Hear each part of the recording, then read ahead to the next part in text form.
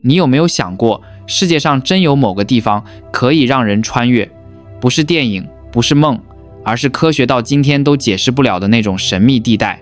有人说，那扇门就在西藏的雪山深处，通往一个叫香巴拉的地方。听起来像传说，对吧？可偏偏历史上真有人进去过，而且活着回来。故事要从1920年代说起，那时候全世界都陷入混乱，一战刚结束，欧洲人开始对东方的力量产生奇怪的兴趣。就在这股浪潮里，一个叫尼古拉斯·洛里奇的俄罗斯画家决定带着全家深入西藏。他表面上是搞艺术考察，其实真正的目标是寻找那扇通往香巴拉的大门。你可能会问一个画家，凭什么相信这种事？可别忘了，那可是个连爱因斯坦都在研究宇宙意识的年代，科学和神秘学的界限在那时候非常模糊。这里是意识觉醒，记得按赞、订阅并打开小铃铛，这样您就不会错过我们的新影片。洛里奇留下的日记里有几段至今让人毛骨悚然。1927年，他在喜马拉雅山的一个无名谷地写下：风停了，雪不再落，前方的山壁发出光，像一扇门缓缓打开。随行的向导当场跪下哭，说不能进去。那是唯一一次他距离香巴拉最近。更诡异的是，就在那一年，世界各地开始频繁出现不明光体，从北极圈到蒙古草原，连苏联都怀疑那片区域存在未知能量源。后来美苏冷战时期， CIA 和 KGB 都暗中派人去过西藏，官方说是地理勘测，实际上是调查所谓能量异常点。换句话说，就是查香巴拉到底存不存在。到这里你可能觉得这都太悬了，肯定是阴谋论。但我告诉你， CIA 在1950年代的档案里真的出现过代号 Shambhala Project 的探测计划。不过真正让这传说变得危险的是另一个人，塔西诺布，历史上唯一一个声称进去过香巴拉又活着出来的僧人。1930年代，一个英国探险家在日喀则遇见他，那时的塔西已经是个满头白发的老喇嘛，英国人以为他疯了，直到他拿出一块奇怪的金属片，那东西非金非铁，能在黑暗中微微发光， X 光照不透，火也烧不化。后来这块金属被送到伦敦研究，结果成分无法识别。二战爆发前，这块金属神秘消失，从此没人见过。有人说被纳粹偷了，因为希特勒本人就痴迷香巴拉，他相信那里是雅利安人起源地。纳粹党卫军确实在1938年派了2支探险队进西藏，这不是传说，是德军档案里的事实。而塔西的故事也并不是一场梦。他说自己年轻时在雪山迷路，看到山裂开一道光缝，走进去后发现一个光的城市，那里没有声音，却能听到每个人的心声。有人告诉他那是地球的灵性心脏。临走前，香巴拉的长老给了他那块金属片，说当世界陷入战争时，把它埋在雪山北坡。几十年后，中印边境战争爆发前夕，那里确实被人发现过一个新挖的坑，里面空空如也，土壤中却检测出微量未知金属。这巧合是不是太多了？到这里，故事变得越来越像电影，但科学家也被迫正视一个事实：西藏的冈仁波齐峰确实存在异常。卫星数据显示，它的磁场强度远高于周围地区，而且形状对称得近乎完美，像是被人加工过一样。2010年，一支科考队在那座山下探测到深达10公里的空洞，内部温度恒定在22度，而地表是-30，官方说是地质断层，可你信吗？藏传佛教认为，香巴拉不是地理位置，而是一个意识维度。人死后，灵魂会进入一个叫中阴身的状态，介于生与死之间，而香巴拉就在那一层空间。也就是说，所谓进入香巴拉，可能是一种意识穿越。可问题是，如果只是幻觉，为什么会有那块无法识别的金属？为什么山体磁场真的异常？很多学者认为，香巴拉的概念其实反映了人类潜意识对完美世界的渴望，一个没有战争、没有贪婪、没有恐惧的理想国。但也有人说，那不只是信仰，而是人类文明残留的记忆，因为几乎每个古文明都提到过类似的地方。希腊人叫它极乐世界，印度经书称阿加底亚，玛雅人传说的地下太阳城，甚至连柏拉图的亚特兰提斯都有惊人相似的描述。难道这真是巧合，还是我们都来自同一个记忆源？你发现没？越研究下去，越像一个循环。文明灭亡，留下传说，传说指向某个地方，有人去找，又留下新的传说，像一场注定无法结束的追寻。而香巴拉恰恰是人类集体意识里最完美的幻影。可我更在意的是那个塔西诺布，因为他回来后再也没有笑过人说，他看过完美的世界，再也容不下残缺的人间。听起来悲伤，但也真实。也许他不是疯了，而是清醒的可怕。其实你仔细想想，有时候我们人类对未知的执念，恰恰暴露出一种恐惧。我们害怕自己并不了解世界的全貌。科学越发达，反而越让人觉得我们只看到冰山一角。比如香巴拉，你以为那只是宗教传说，可现代科学的某些现象真的开始指向意识能量这种东西。在量子物理里，有个现象叫量子纠缠。简单讲，两颗粒子即使相隔几百万公里，依然能瞬间感应彼此的变化。听起来像超能力，但这是被验证过的科学。换句话说，在某个层面上，宇宙里的一切其实是连着的。而藏传佛教早在几千年前就讲过类似的概念，万物一体。这是不是有点诡异？科学家现在也开始重新审视意识是不是一种物理力量。2014年，麻省理工学院的神经研究团队在实验中发现，人的脑波在极端集中状态下真的能干扰电子流的方向，幅度很小，但确实存在。这意味着意识可以影响物质。那你想想，如果有一个地方所有人都在极高的意识频率里，是不是就能共振出一个完全不同的空间？这也许就是香巴拉存在的方式。有意思的是，这种理论和古老的藏文典籍《十轮经》不谋而合。那本书描述了一个隐藏在时间褶皱中的国度，普通人无法进入，只有意识纯净的人才能跨屏。科学家称之为维度穿透，佛教称之为心境则土境。不同体系说的是同一件事。你知道更离奇的是什么吗？NASA 的卫星曾多次监测到地球某些区域存在短暂的磁暴空窗期，也就是磁场突然消失几秒钟的现象。一般人没感觉，可动物会突然狂躁，仪器失灵。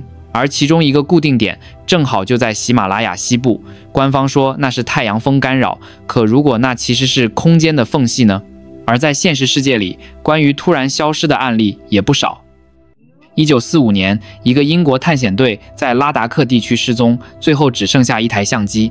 底片上拍到的最后一张照片是一条发光的山谷，照片在伦敦军情6处存档，直到1982年才被解密。专家分析，那张照片里的光线分布不像自然反射，更像某种能量幕墙。这不是传说，这是档案馆公开文件。再说个现代案例，2010年，中国的科学探测队在冈仁波齐地区设下多台磁力监测仪，结果在某天凌晨3点至4点之间，所有仪器同时短路，电池瞬间烧毁。唯一存下的数据记录显示，那1个小时地磁强度暴增10倍。你知道10倍是什么概念吗？足以让卫星信号短暂偏移。官方后来解释是仪器故障，但那些科学家自己说，他们那天晚上看到了山顶发光。这听起来太科幻，可越到后来，你越会发现，科学和神秘之间的界限其实越来越模糊。现在，量子生物学在研究意识与生物电的关系，心理学在研究集体潜意识能不能改变现实。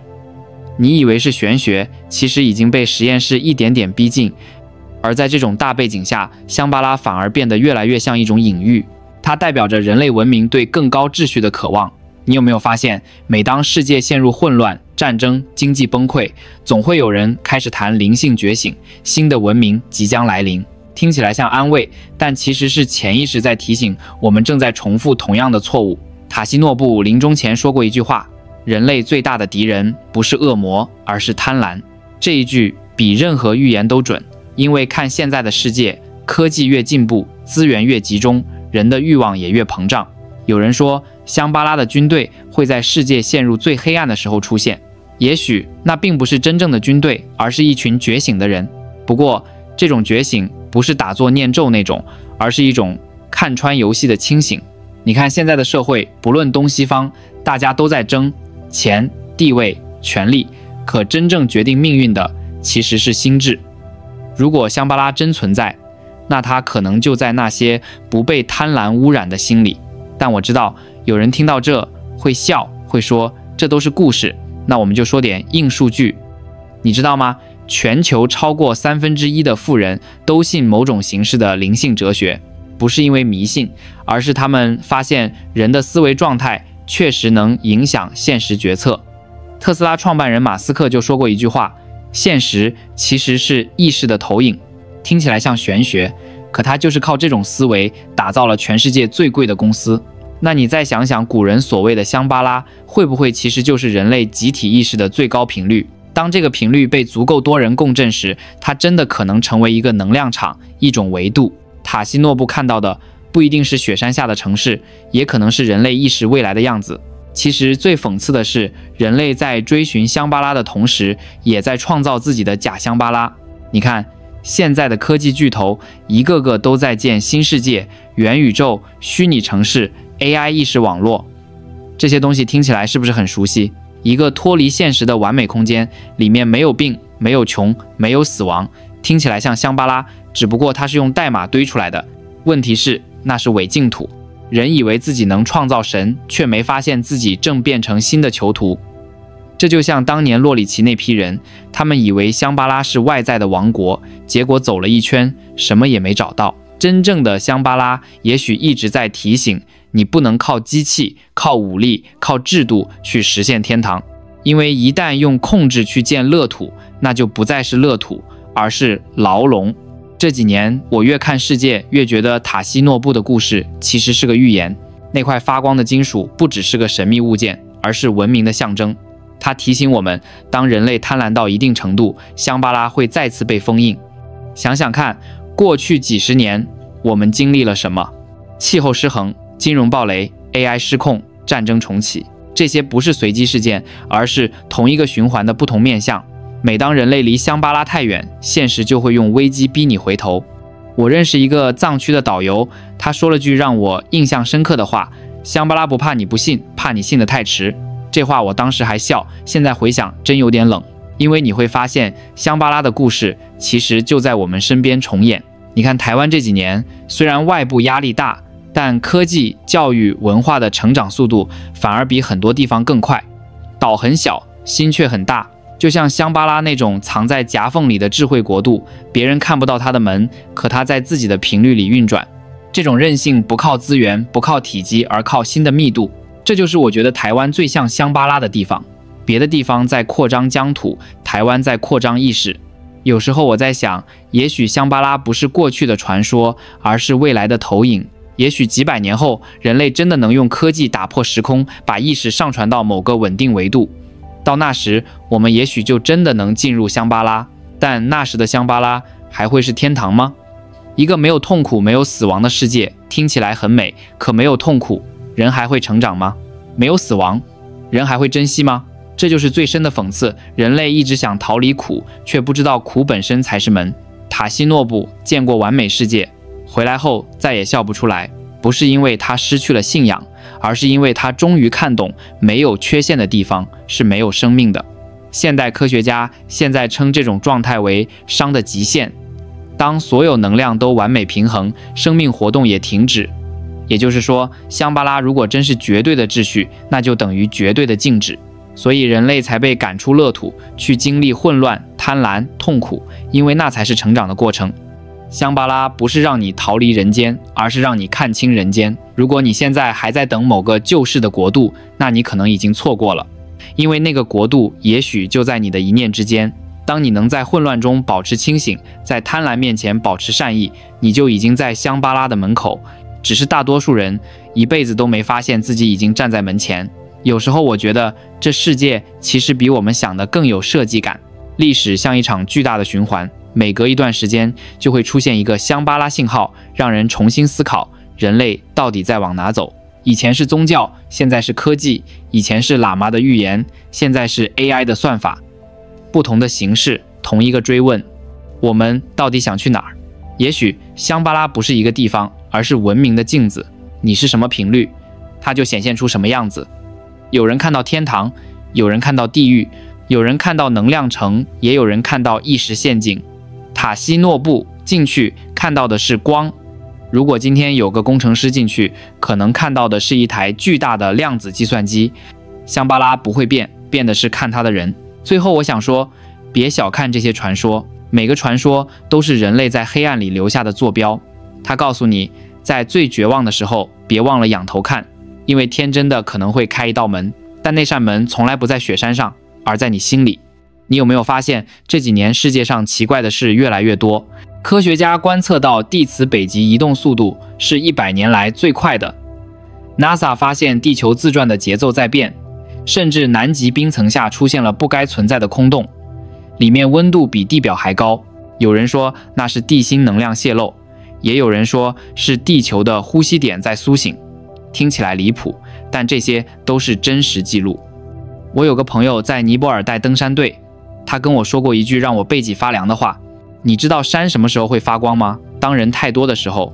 那种光不是太阳反射，而是空气震荡后的能量灰，科学解释不了。可他每次看到这种光，第二天必定有人出事。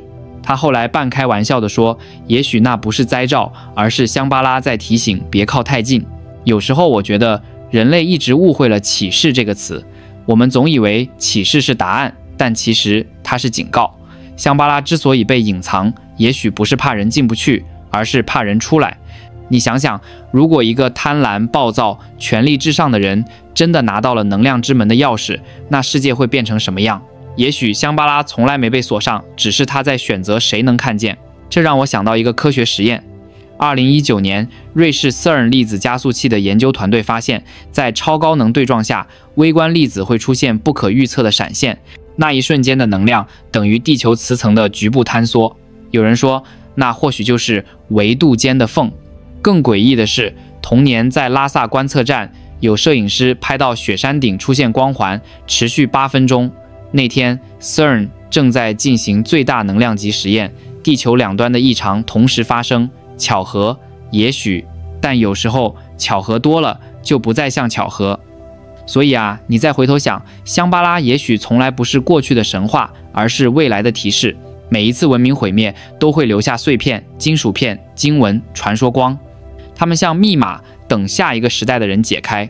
也许当人类彻底理解意识与能量的关系，香巴拉就不再是隐喻，而会真实显现。只是到那一天，我们是否已经有足够的智慧去面对它？你可能会问，那我们普通人该做什么？我觉得答案其实很简单，别等世界完美了才去善良，别等混乱过去了才去清醒。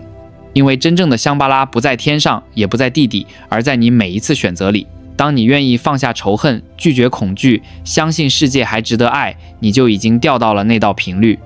就像无线电一样，你不用去爬雪山，你只要转动旋钮，那一刻你会听到那种静得让人起鸡皮疙瘩的共鸣声。